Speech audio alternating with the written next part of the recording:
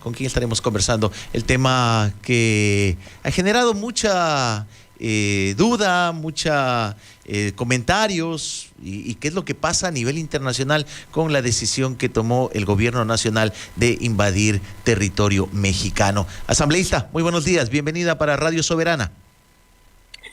Muy buenos días, Lenin, un saludo a toda la audiencia. Gracias por atendernos de esta entrevista. Y justamente para arrancar con este diálogo asambleísta, ya hemos escuchado el tema de los anuncios de juicio político para ministras aquí en el país. Ya hemos escuchado también declaraciones del expresidente de la República. Hemos escuchado ya anuncios también de mandatarios a nivel del mundo que condenan esta situación del gobierno nacional, de la situación que se presentó el fin de semana. Bueno, yo creo que las declaraciones de los países, de los diferentes países alrededor del mundo, ha sido clara. Realmente es una barbaridad y es una vergüenza a nivel internacional lo que ha hecho el presidente de la República. Ha violado varias convenciones internacionales de las cuales nosotros, el Ecuador, somos firmantes, como por ejemplo el Convenio de Viena, también el Convenio de Asilo Diplomático de Caracas de 1954. Pero ¿qué hay atrás de todo esto? Es que el presidente de la República ha cometido varias faltas que nos han dejado muy mal parados a los ecuatorianos a nivel nacional. ¿Qué es lo que él ha demostrado? Que es un niño malcriado con una banda de presidente que piensa que el Ecuador es su hacienda bananera y que nosotros los ecuatorianos somos sus vasallos y que puede hacer lo que le da la gana cuando le da la gana. Él pues empezó con una riña, puedo decirlo así, con el gobierno de México, después de que el presidente López Obrador de México simplemente dijo la verdad.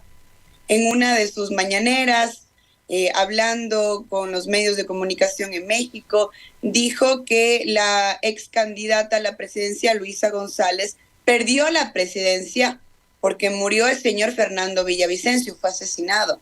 Y esa fue la realidad. Nosotros pudimos ver pues, las estadísticas que hicieron, las encuestas en las cuales pues, la Revolución Ciudadana bajó 11 puntos.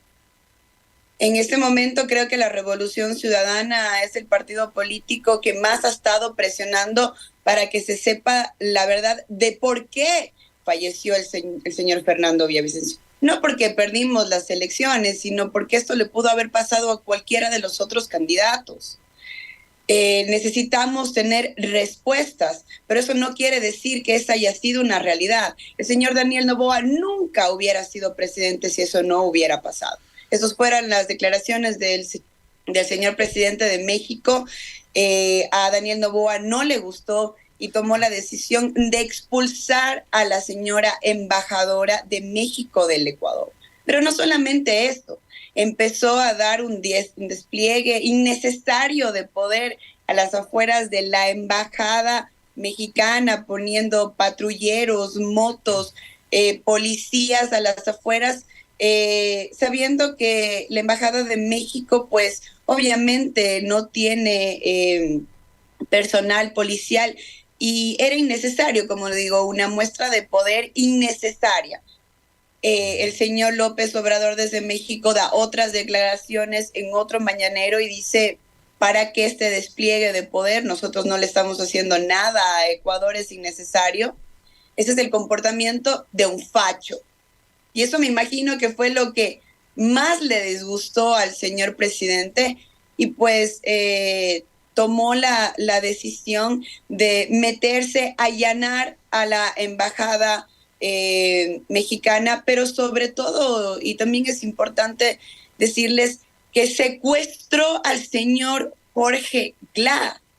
¿Qué es lo que hay atrás de todo esto? No sé si sea simplemente esta riña que empezó a tener por México, por las declaraciones que se dieron entre un país y Ecuador, pero secuestrar a Jorge Glass, una persona que ya le dieron el asilo político para que pueda viajar a los Estados mexicanos, ¿qué es lo que tenía que hacer el Estado ecuatoriano, es simplemente darle el salvoconducto.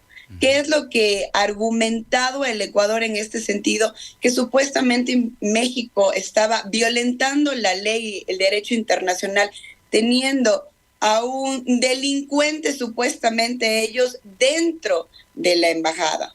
Pero el señor Jorge Glass estaba como refugiado.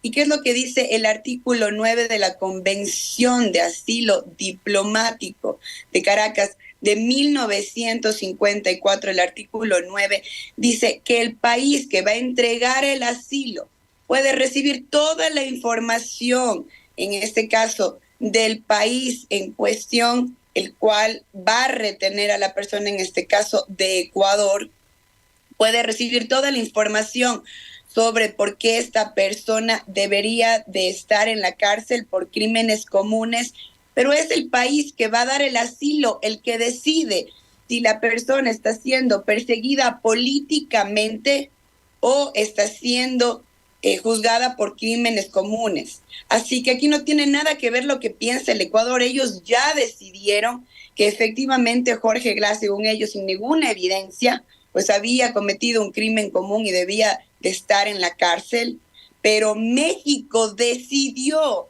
que no era así, que sí es un perseguido político y le dio el asilo. No ha cumplido con esto, allanaron, se metieron, hicieron un escándalo en el cual pues maltrataron al representante de la Cancillería mexicana, lo sometieron en el piso, algo nunca antes visto, y sacaron a Jorge Glass. Pero también hay algo muy interesante aquí. ¿Por qué le metieron a Jorge Glass a La Roca? A La Roca, donde deberían de estar delincuentes como el señor Fito, que no sabemos dónde está. Debió de haber estado Leandro Norero, debió de haber estado Colón Pico. Entonces, esa es la pregunta que nos estamos haciendo. ¿Por qué? ¿Por qué también el hijo de la vicepresidenta Abad está en La Roca? ¿Es persecución política lo que está haciendo el señor Daniel Noboa? ¿Qué está pasando en el Ecuador? Asambleísta, buenos días. Jorge Villarreal le saluda. Sí, la convención de Viena dice claramente en el artículo 22, los locales de las misiones son inviolables. Los agentes del Estado receptor no podrán penetrar en ellas sin consentimiento del jefe de misión, correcto. Por tanto, no es aceptable lo que ocurrió en la Embajada de México en Ecuador, porque es territorio mexicano, la embajada, entonces es inviolable, pero también la Convención sobre Asilo Diplomático de Caracas, Venezuela, en su artículo 3, dice que no es lícito conceder asilo a personas que al tiempo de solicitarlo se encuentren inculpadas o procesadas ante tribunales ordinarios competentes por delitos comunes. Entonces, esta contradicción de la norma internacional... Acabé de leer lo que dice. Si no es perseguido político. Pero hay que leer bien todo el texto, por favor. Eso tiene 2 párrafos y en la última parte del primer párrafo dice, si no es perseguido político. Y el artículo 9 dice claramente que eso lo determina el país que da el asilo. Así que hay que leer bien. Correcto, pero me refiero a que antes que ingrese a la embajada ya habían las sentencias. Entonces era de dominio público del gobierno de México. Entonces, a ver, aquí hay que hacer una corrección. Hay que hacer una corrección, estimado Jorge. La OEA hay que hacer una corrección en su asamblea. A ver, el señor Jorge Glass se le pidió que vaya a dar testimonio libre y voluntario sobre el tema de la reconstrucción y reactivación económica después del terremoto en Manabí. ¿Qué es lo que pasa? El señor Jorge Glass decidió que no quería hacerlo. ¿Por qué? Porque ya se ha dado varias veces que van a dar el testimonio libre y voluntario en la fiscalía y de repente el juez cambia de decisión y dice no vamos a formular cargos y les vamos a meter a la cárcel. Entonces el señor Jorge Glass, después de haber sido perseguido y haber estado en la cárcel 5 años y medio, no lo decidió hacer.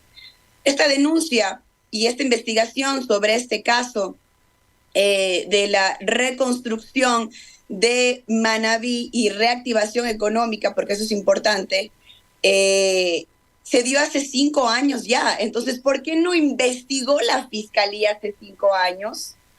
¿Por qué no formuló cargos hace 5 años? Ya el señor Jorge Glass estaba en la cárcel. ¿Por qué lo hacen ahora? Eso se llama persecución política. Esto fue lo que pasó. Así que debemos de ser claros en ese sentido.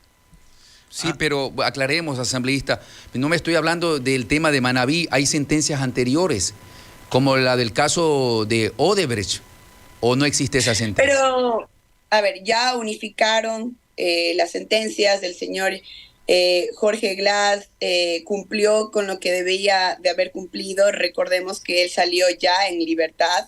Aparte de eso, la Corte Nacional de Brasil justamente dijo que este caso de Odebrecht era un caso malicioso y que las personas que estaban envueltas en este caso salieron casi todas sin ningún problema. Entonces eso fue lo que se determinó desde la Corte de Brasil y eso debió de haber acogido la Corte Nacional Ecuatoriana. Entonces esa es la realidad de lo que pasó. Asambleísta, ¿qué repercusión tiene el Ecuador en el contexto internacional ante este hecho de violentar el territorio mexicano? Bueno, ya por ejemplo Colombia dijo que no nos va a vender energía, pues la cantidad de energía que el Ecuador requiere y que necesita, así que probablemente vamos a volver a tener apagones. ¿Qué es lo que está pasando con Mercosur? Se va a reunir este 29 de abril para tomar una decisión, probablemente nos vayan a sacar y sí nos va a afectar, porque nosotros también tenemos comercio con nuestros países vecinos sudamericanos. Se va a reunir la OEA también, pero el día de hoy me imagino que el señor presidente López Obrador, ellos sí teniendo tacto diplomático, probablemente van a dar declaraciones sobre lo que va a pasar. Pero sobre todo yo quiero aclarar algo. Yo soy representante de nuestros migrantes, yo represento a la comunidad migrante de los Estados Unidos y Canadá y a todos los migrantes. Y la situación de nuestros compatriotas que están en México es lo que a mí realmente me llama bastante la atención. Yo espero que el gobierno mexicano siga manteniendo esa ayuda. Ellos les entregan $120 mensuales a estos migrantes que se quedan atrapados en México y que no pueden cruzar. El señor López Obrador ha dicho que sí se va a seguir manteniendo, gracias a Dios, esos $120 que les dan y con eso, aunque sea, se pueden mantener. México ha sido un país hermano con Ecuador, un país que ha dado al Ecuador mucha ayuda en los diferentes refugios. Existen cientos de ecuatorianos que están ahí, les alimentan, les dan asesoría.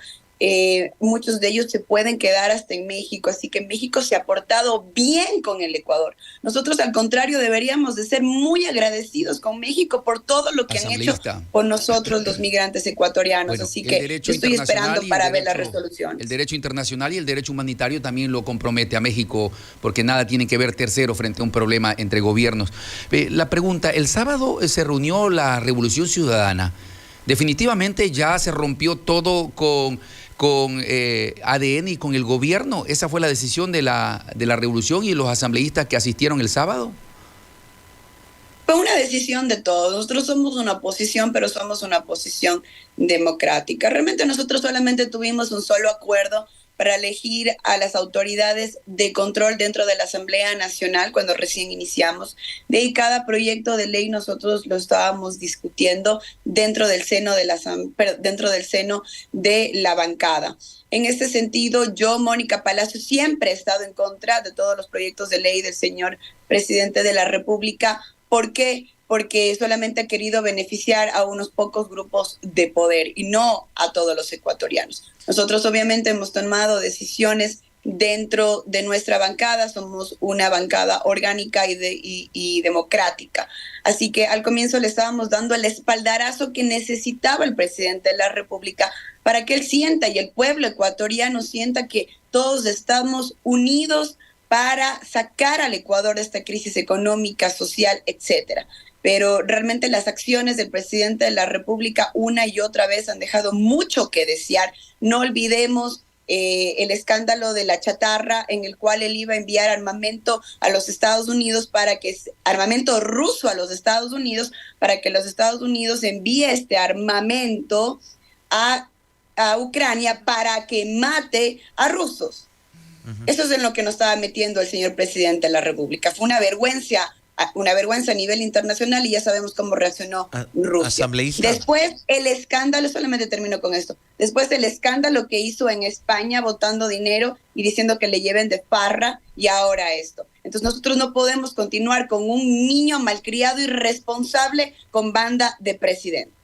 Asambleísta, la Fiscalía ha manifestado que, bueno, dentro de la incursión a la Embajada Mexicana se encontró un celular y una computadora perteneciente al ex vicepresidente que ya está en cadena de custodia y que servirá para el debido proceso. Y que también a Jorge Glass se le encontró dentro de un vehículo junto al embajador subrogante o encargado, al señor Canseco.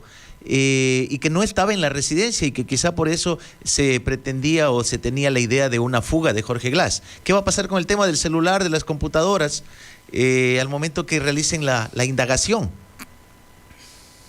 Van a encontrar la información que el señor tenía en su teléfono, el señor Jorge Glass, de comunicación con sus familiares, amigos. A él no se le ha comprobado absolutamente nada. Pero a mí lo que me sorprende son las mentiras del gobierno actual. ¿Por qué? Porque el señor secretario de Comunicación dijo que supuestamente la policía había allanado la embajada, se había metido y que antes de abrir la puerta donde estaba, para que abra la puerta de donde estaba, el cuarto donde estaba el señor Jorge Glass, le estaban diciendo sí, que abra la puerta porque ellos ya le van a llevar para que pueda salir a México y que ya está libre y que una y otra cosa. Entonces, ¿a quién le creemos? ¿A la persona que dice que estaba en un carro supuestamente con el señor embajador y que le estaban llevando y sacándole, que era imposible porque habían cientos de carros y patrullas a las afueras de la embajada?